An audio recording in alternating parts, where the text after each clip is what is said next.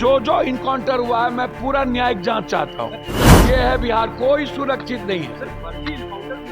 मैं जा तो रहा हूँ, सवाल तो है क्या नीतीश कुमार 20 साल शासन नहीं चलाए थे? बेगूसराय में महिला को नालंदा में मारते मारते पुलिस ने गुंडई दिखाया। आप इसके पहले सीवान में इनकाउंटर फेक किए, उसके पहले सुल्तानगंज में फेक इनकाउंटर किए, उसके पहले हाजीपुर में फेक इनकाउंटर किए। हमें तो आश्चर्य लगता है, सूप बाजे तो बाजे चलनियों बाजे, शीशे के घर में रह के पत्थर फेंकना। और झारखंड में जो घटनाक्रम है वो आने वाला इतिहास कभी ऐसे लोगों को माफ नहीं करेगा। ये किसी एक कांग्रेस के प्रत्याशी का हार नहीं है, ये हिंदुस्तान के आत्मा परिवार है और इससे पूरे के पूरे डेमोक्रेसी पर असर पड़ेगा। पूर्णिया सांसद पप्पू यादव ने बेगूसराय में महिला के साथ हुई हैवानियत को लेकर सरकार पर गंभीर सवाल खड़े कर दिए हैं। उन्होंने आरोप लगाया कि बिहार में कानून व्यवस्था पूरी तरह से ध्वस्त हो चुकी है और अपराधियों के खिलाफ सख्त कार्रवाई बजाय फर्जी एनकाउंटर के जरिए सच्चाई छिपाने की कोशिश की जा रही है। आपको बता दें कि बेगूसराय में हुए गैंगरेप और नालंदा में फर्जी एनकाउंटर हुआ है। सिवान और हाजीपुर में भी इसी तरह की घटनाएं सामने आई हैं। क्या यही कानून का राज्य है? उन्होंने सवाल किया। अपराधियों को पकड़ने के बजाय सरकार सच छुपा रही है। इतना ही नहीं, झारखंड एमएलसी चुनाव में हार को लेकर पप्पू यादव ने कांग्रेस और सहयोगी दलों पर सवाल उठाए। उन्होंने कहा कि यह सिर्फ एक सीट की हार नहीं बल्कि लोकतंत्र के लिए खतरे का संकेत है। यह सिर्फ कांग्रेस के उम्मीदवार की हार नहीं है बल्कि देश के लोकतंत्र पर असर डालने वाली घटना है। पैसे और दबाव के जरिए लोकतांत्रिक प्रक्रिया को कमजोर किया जा रहा है। वहीं पप्पू यादव ने गठबंधन की राजनीति पर भी हमला बोला और कहा कि जिन नेताओं में सिद्धांत और लोक लाज नहीं है उन्हें गठबंधन में 1 मिनट भी नहीं रखना चाहिए। आगे क्या कुछ कह रहे हैं पप्पू यादव, सुनिए। हमें तो आश्चर्य लगता है, सूप बाजे तो बाजे चलनियों बाजे, शीशे के घर में रह के पत्थर फेंकना और कांग्रेस को ही आंख दिखाना, गिरिबान में नहीं झांकना, यहाँ के चुनाव में भी अहंकार को जन्म देना। मैं किसी मंत्री और किसी पार्टी का प्रदेश अध्यक्ष को ब्लेम करने से अच्छा ये है कि पूरी पार्टी और मंत्री जिसका सीधा आधा घंटा पहले दही चूड़ा खाए और जाके नतमस्तक हो जाए, तो ये तो अंबानी जी के शादी से ही ये चल रहा है। राहुल गांधी जी ने बायकॉट किया और कुछ लोग बहुत मजे में गए, कुछ लोग को जिंदगी प्यारी है, कुछ लोगों को अपनी गलती से बचना है, कुछ लोगों को ऐशो आराम की लाइफ चाहिए, तो वो तो समझौता करके केंद्र से चलेंगे। जिनके लड़ने की, अब लालू यादव की स्थिति तो है नहीं, रामविलास जी और नीतीश जी, जॉर्ज फर्नांडिस की, शरद जी, अब तो बिहार में संघर्ष और लड़ने की उम्मीद ही छोड़ दीजिए आप आने वाले जनरेशन से। तो कंप्लीट रूप से सरेंडर कर जाना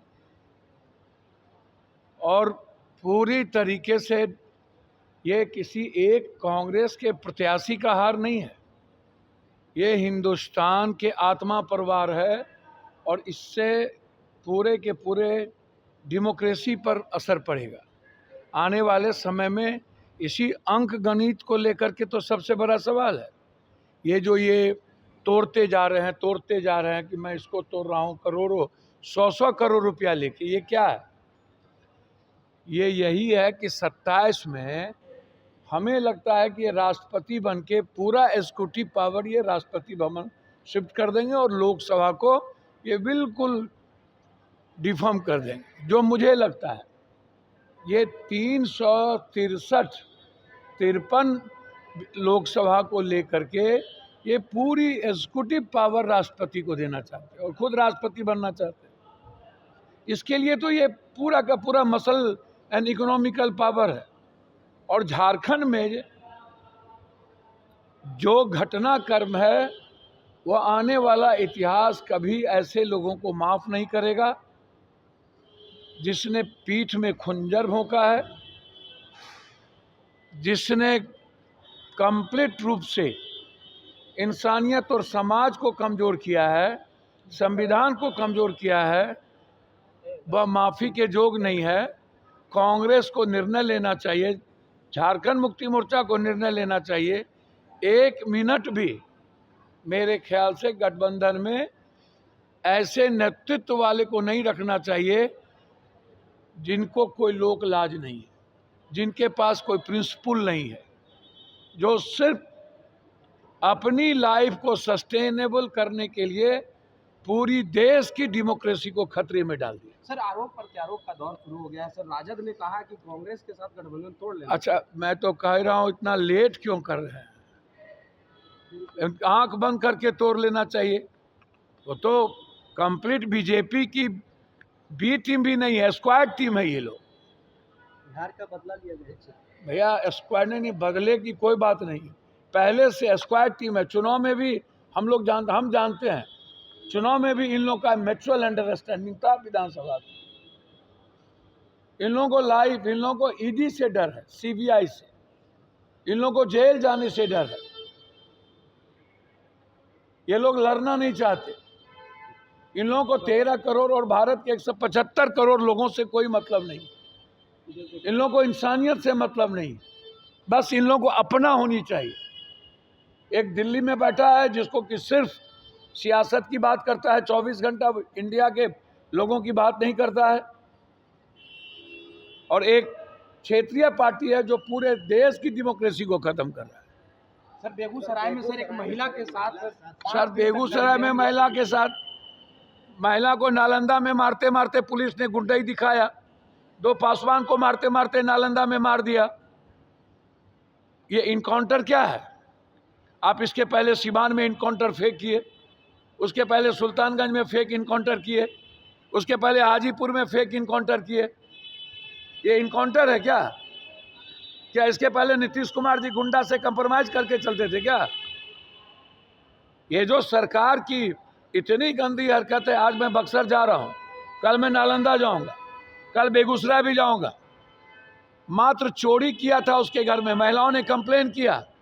5 आदमी उनके गुप्तांग को काट करके, चेहरे को काट करके बारी बारी से बलात्कार किया और उसके बाद उनके इंटरनल पार्ट में लकड़ी प्रवेश कर दिया और गोली छोड़ दी। ये है बिहार, ये है बिहार। कोई सुरक्षित नहीं है। सर, फर्जी इनकाउंटर भी हुआ है सर। मैं जा तो रहा हूँ, सवाल तो है क्या नितीश कुमार 20 साल शासन नहीं चलाए थे? क्या तब गुंडा गोली नहीं चला रहा था? क्या तब पुलिस के राइफल में क्या मोबिल डाला हुआ था? सवाल है ये सारी गलतियों को छुपने के लिए सारे कुकर्म कभी जाति को गाली देते हैं, कभी जाति को टारगेट करते हैं, क्रिमिनल को टारगेट नहीं करते हैं। बिल्कुल गलत तरीका। जो इनकाउंटर हुआ है, मैं पूरा न्यायिक जांच चाहता हूँ। सर, बीजेपी के लोगों ने भी इसका विरोध किया है। सर, मंत्री ने तो कह दिया मेरी सरकार ने गलत किया है, तिवारी जी ने तो कह दिया। जब अपने पर पड़े तो बोल दिया, और इनकाउंटर हुआ तो कोई नहीं बोला। काहे? जाति के आधार पर ही आप बोलेंगे? गलत तो गलत है, चाहे किसी भी कास्ट और क्रीड के साथ हो। तिवारी जी ने बोला है, सरकार को 1 मिनट भी इस्तीफा दे देना चाहिए, नहीं रहना चाहिए। तो आपने सुना कि आगे क्या कुछ कहा। साफ तौर पे कह रहे हैं कि जो लोग सिद्धांतहीन हैं उन्हें तुरंत गठबंधन से बाहर कर देना चाहिए। लोग सिर्फ अपनी राजनीति बचाने में लगे हैं, जनता से कोई लेना देना नहीं है। ऐसे ही तमाम खबरों के लिए देखते रहिए NBC 24। धन्यवाद।